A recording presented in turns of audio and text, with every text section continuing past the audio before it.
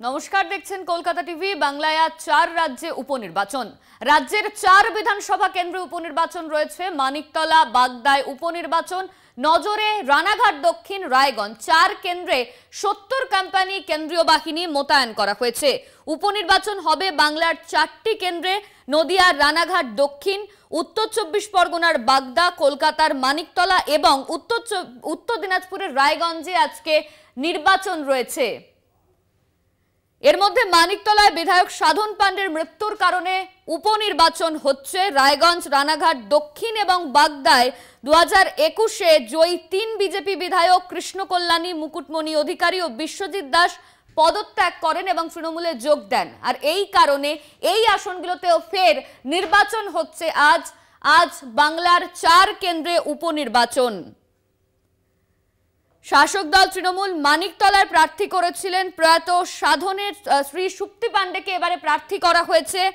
মানিকতলায় সাধন পাণ্ডে প্রয়াত হওয়ার কারণে ফের উপনির্বাচন হচ্ছে মানিকতলা কেন্দ্রে। 4 কেন্দ্রে ভোট, 70 কোম্পানি কেন্দ্রীয় বাহিনী মোতায়েন করা হয়েছে যাতে কোনো রকম কোনো অপ্রীতিকর ঘটনা না ঘটে। 7টা নাগাদ নির্বাচন শুরু হওয়ার কথা। বিধানসভা উপনির্বাচনে কেন্দ্রীয় বাহিনী বৃদ্ধি করা হয়েছে যাতে ভোট চলাকালীন কোনো রকম কোনো অপ্রীতিকর ঘটনার মুখোমুখি হতে না হয়। 4 কেন্দ্রে 70 কোম্পানি কেন্দ্রীয় বাহিনী মোতায়েন। 55 কোম্পানির বদলে 70 কোম্পানি কেন্দ্রীয় বাহিনী মোতায়েন করা হয়েছে। সবচেয়ে বেশি 20 কোম্পানি বাহিনী রয়েছে বাগদায়।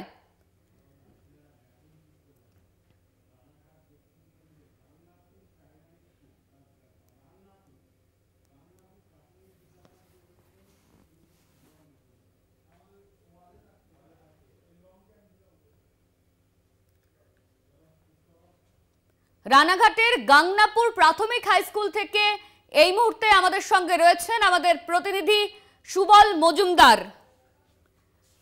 সুবল, তুমি এখন যেখানে রয়েছো আর কিছুক্ষণের মধ্যেই নির্বাচন শুরু হওয়ার কথা। মুকুটমণি অধিকারী তার সঙ্গে লড়াই হতে চলেছে। এই মুহূর্তে ভোটাররা তারা কি এসেছেন, কি দেখতে পাচ্ছ পুরো পরিস্থিতিটা? প্রথমেই বলি, রানাঘাট দক্ষিণ কেন্দ্রের গাংনাপুর প্রাথমিক বিদ্যালয়, এই বিদ্যালয়ে মোট 4টি বুথ আছে।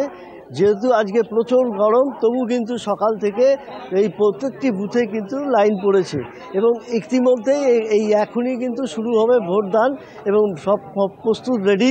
কেন্দ্রীয় বাহিনী যেমন বুথের মধ্যেও রয়েছে, তেমনি প্রিমিসেস মানে যে স্কুল সেখানেও কিন্তু কেন্দ্রীয় বাহিনী রয়েছে এবং প্রত্যেক ভোটারের আইডেন্টি কার্ড চেক করে কিন্তু তারা ভেতরে ঢোকাচ্ছে যাতে কোনো রকম কোনো গণ্ডগোল না হয়। তার জন্য কিন্তু রাজ্য পুলিশও রয়েছে সঙ্গে সহযোগিতায়। সব মিলিয়ে কিন্তু গাংনাপুর প্রাথমিক বিদ্যালয়ে এই যে স্কুল, যেখানে 4টি বুথ, সেখানে কিন্তু এই গরমেও কিন্তু লোকজন চলে এসছে সকাল সকাল যাতে ভোটটা দিতে পারে এবং ভোটটা দিয়ে সকাল সকাল বাড়ি যাবে। কারণ আজকে যা তাপপ্রবাহ চলছে এবং এরপরে আরও গরম বাড়বে, তাই আর অনেকেই কিন্তু চেষ্টা করছেন সকালের দিকে আসার। অনন্যা, সুবল, ভোটাররা তারা রয়েছে এখন, আমি দেখতে পাচ্ছি ঠিক তোমার পিছনেই লাইনে তারা দাঁড়িয়ে রয়েছেন ভোট দেওয়ার জন্য। তাদের সঙ্গে কি কোনোভাবে কথা বলা সম্ভব? তারা কি বলছেন? একদমই অনন্যা, আমি তাদের সঙ্গে কথা বলবো। দিদি ভাই, আপনি ভোটার তো এখানে? কেমন, মানে এই কি প্রথম ভোটার আপনি? না না, আগেও দিয়েছেন তো? কিরকম লাগছে আজকে এই যে, মানে কদিন আগে একটা ভোট দিলেন, তারপরে আবার উপনির্বাচনের ভোট দিতে আসছেন, বিষয়টা কিভাবে দেখছেন? আমার কোনো অসুবিধা নেই। মানে ভোট, এই যে ভোটটা দিতে আসছেন, ভোট দিতে কি উৎসাহ আছে না এমনি ভোট দিতে হবে তাই আসলে? উৎসাহ বুঝতে, মানে আমি সব কিছু বুঝি না, দেওয়ার দরকার দিই শুধু ভোট। হ্যাঁ, আপনি কি ভোটার? আপনি? হ্যাঁ, ভোট দিয়ে আসলাম। আচ্ছা, হ্যাঁ, এই দেখো অনন্যা, এই মুহূর্তে কিন্তু ভোট দিয়ে একজন বেরিয়ে এসছে, আমরা তার সঙ্গে কথা বলবো। ভোট হয়ে গেল? হ্যাঁ, ভোট হলো। কিরকম শান্তিপূর্ণ? হ্যাঁ, মোটামুটি দেখতেই তো পাচ্ছেন শান্তিপূর্ণই ভোট হলো। এটা এই যে কয়েক মাসের মধ্যে ব্যবধানে আবার দুবার দিচ্ছে, কেমন লাগছে? এটা তো আমরা আশা করিনি যে সবে 1 মাস আগে ভোটটা হলো, এর ভিতরে একটা বাই ইলেকশন, এটা কেউ কি আশা করে? কিন্তু হচ্ছে, এখন দিতে হবে এই আর কি। হ্যাঁ হ্যাঁ, যেটা তুমি শুনতে পেলে যে বলছে 1 মাস আগেই হয়ে গেছে, তারপরে আপনার ভোট।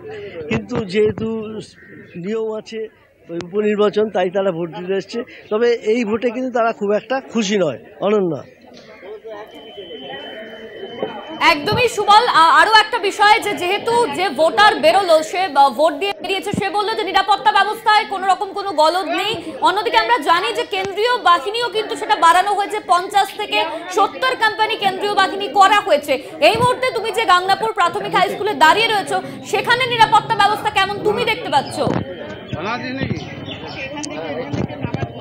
দেখো, প্রথমেই বলি প্রত্যেকটা ভোট কেন্দ্রের রয়েছে 2 জন করে কেন্দ্রীয় বাহিনী। কিন্তু শুধু ভোট কেন্দ্রের ভেতরে ঢোকার জন্য যে কেন্দ্রীয় বাহিনী তা নয়, পুরো স্কুলে কিন্তু চত্বরে কিন্তু তারা ঘুরে বেড়াচ্ছে রয়েছে, এবং সঙ্গে কিন্তু রাজ্য পুলিশও রয়েছে।